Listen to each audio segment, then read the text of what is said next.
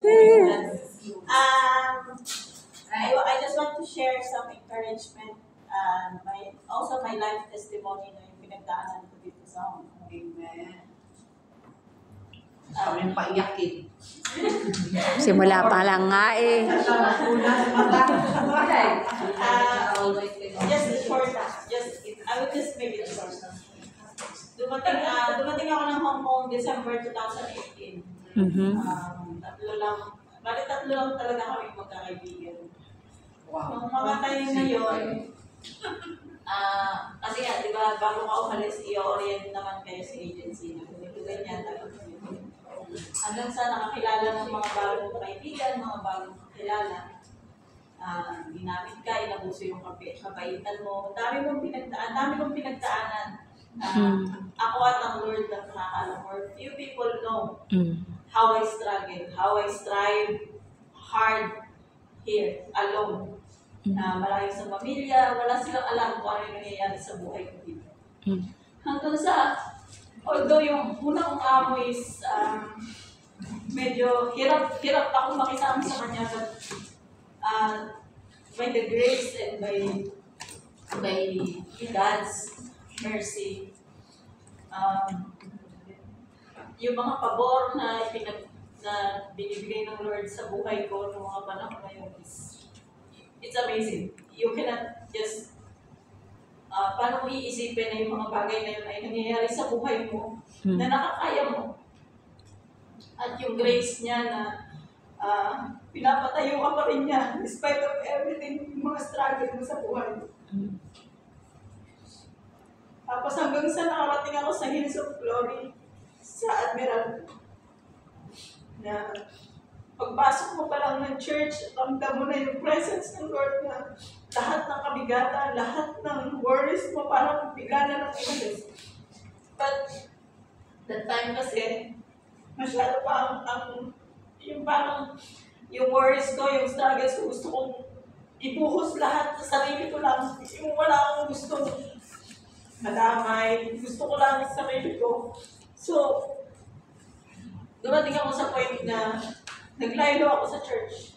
Pero salamat sa buhay ni Shirley na hindi siya napagod na maghintay sa akin bumalik. Hindi niya ako pinitawan sa prayer kahit na lagi ko siyang bibihira ko siya isip, bibihira ko siya replyan. Lagi siya nag-invite dahil atid ka ng online fellowship dahil COVID noon. Bihira, but salamat sa buhay niya kasi hindi niya ako pinitawan. Patuloy niyang pinagdadasal yung pagbalik ko.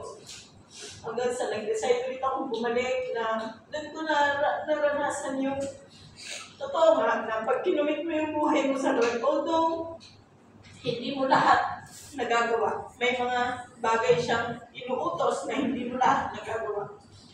But yung grace and mercy ng Lord is sapat siya sa bawat panahon. Sa bawat sitwasyon ng buhay natin, sapat siya. Ano man yung struggle mo,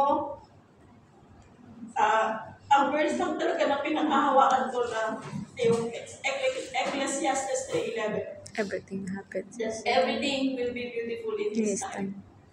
Lahat ng bagay ng pangit man sa paligid mo, pero pag isinaayos yan ng Lord, gaganda yan. Amen.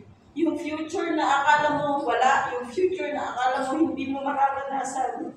But sa will ni Lord, in His perfect time, mararanasan mo yun. I-share ko lang yung goodness ng Lord dito bago ako umuwi. Hindi ako makapag-decide na umuwi kasi may hiram ako kayaan. Ang laki ng hiram ako kayaan. May mga hiram ako sa tao, may mga hiram ako sa labas. As in, yung sweldo ko kulang pa para i-sustain at mabayaran yung mga utang ko sa tao, utang ko sa labas, utang ko kay amo. Doon ako na-amaze sa ginawa ng Lord na binigyan niya pa rin talaga ng kagaanan yung heart ko, yung puso ko na aalis ako ng Hong Kong na peaceful, na hindi ko iisipin yung babalikan ko. biyaya ng Lord, yung hiram ko kay amo na 20,000, winave niya yun. Amen. Winave Praise niya God. yun. Kaya sabi ko, Lord, sorry hindi ako nagtiwala sa gagawin mo sa buhay ko. Sorry na lagi ako nagda-doubt na yung mga imposibleng bagay. Kasi napaka-imposible nun eh. Yung ganun kalaking halaga. Para i-wave niya na huwag mo nang bayaran. Napaka-imposible nun. Pero nung sinabi niya na huwag mong alalahanin yung hirap mo sa akin, importante, umuwi ka ng safe, maalagaan ka ng mabuti dahil hindi ka namin masasamahan araw-araw. Kaya ka namin alagaan pero lagi kang walang kasama sa bahay. Kailangan mo lang huwag mong intindihin yung mga iniisip mo. So dun ko na oo nga pala Lord, siguro kung sumuko ako, kung nag-give up ako sa pagsunod sa'yo, give up ko yung ministry ko, give up ko yung buhay ko, na sumusunod sa'yo. Siguro kung nag-ano lang ako, nag-self lang ako sa bahay, hindi ako nag-decide na although guided ako ng prayers niyo, salamat sa prayers ng bawat isa, guided ako ng prayers niyo and protected ako ng prayers niyo na kahit nangihina ako, na susustain ulit yung strength ko kasi pinagpe-pray niyo ako. Salamat sa buhay ng bawat isa. Na inisip ko na, Lord, siguro kung nag-give up ako ng mga panahon na sobra yung struggle ko, hindi ko mararanasan yung ganitong grace at ganitong mercy mo. So, na yes, you can really do amazing things na hindi mo aakalain, kaya niya palang gawin. Kasi kung sa sarili lang nating pangunawa, sarili lang nating isip, magdadaw tayo eh. Pero sa kayang ipakita at iparana sa'yo ng Lord, maa-amaze ka talaga. Kaya, thank you Lord, kasi uuwi kami ni baby ng, yung worries namin is, na although syempre nandun pa rin yung worries kasi wala ka ng trabaho, pero at least peaceful ka na uuwi na babalik ka ng Hong Kong na wala kang worry na nasira yung relasyon yung mag-employer or wala kang worry na may maghahabol sa'yo kasi babalik ka na na-settle mo lahat na dapat mong i-settle dito sa Hong Kong bago ako umalis. Amen. So ang pinagpapasalamat ko sa Lord is kahit ng mga panahon na naglayo ako, hindi niya ako pinabayaan. Totoo yun na the moment mag-decide ka, bumalik sa Panginoon. Open arms, tatakbo siyang pabalik sa'yo. Hindi ka niya tatanggihan. Tatanggapin ka niya. Bukas palad. At yung mga bagay na gusto mong maranasan sa piling niya, napaka-amazing na kaya pala niyang iparanas sa'yo. Kaya, mga kapatid, gusto ko lang na encourage kayo, magpatuloy tayo. Hindi man natin nakikita sa ngayon yung resulta. Hindi man natin nakikita sa ngayon yung kasagutan sa mga prayers natin.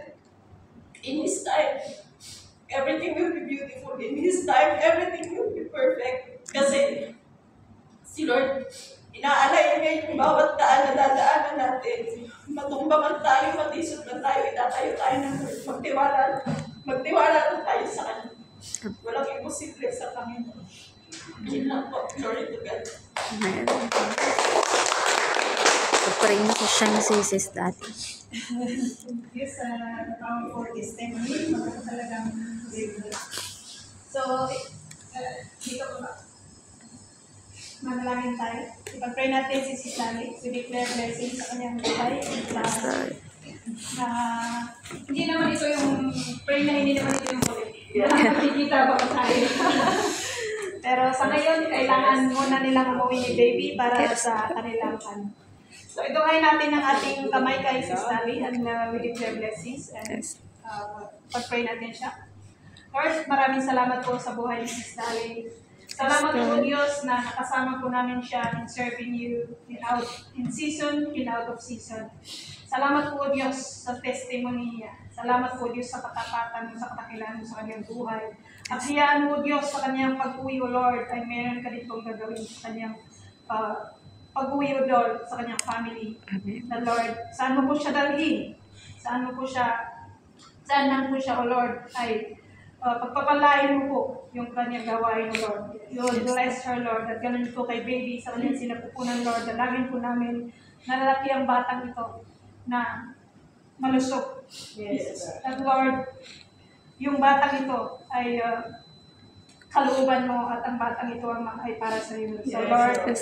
salamat po sa buhay ni Sis Sally at kay baby. Ingatan mo po sila sa kanyang travel tonight, O Lord. Your traveling mercy be upon them, O Lord, Yes. in the name of Jesus. At Lord, ganun din po sa kanyang family na madaragnan, O Diyos. Yes. Dalangin po namin sa restoration ng kanyang family in the name of Jesus. And Lord, salamat po na ikaw po yung sentro ng kanyang family. I-restore mo po ano man po yung hinako ng job, ano man po yung trabaho ng job sa kanyang family, Lord. Winawasak namin ito sa pangalan ni Jesus. Amen. Salamat po, Lord, that we establish ulit. I-restore mo po ulit yung kanyang family, O God, in the name of Jesus. Yes. Salamat din po sa kanyang anak, O Lord, na si Cyrene. And Lord, ang batang ito ay lalaki na may takot sa iyo. Lalaki na maglilingkod sa iyo. And she Yes, will win her generation, God, in the Yes, name of Lord. Jesus.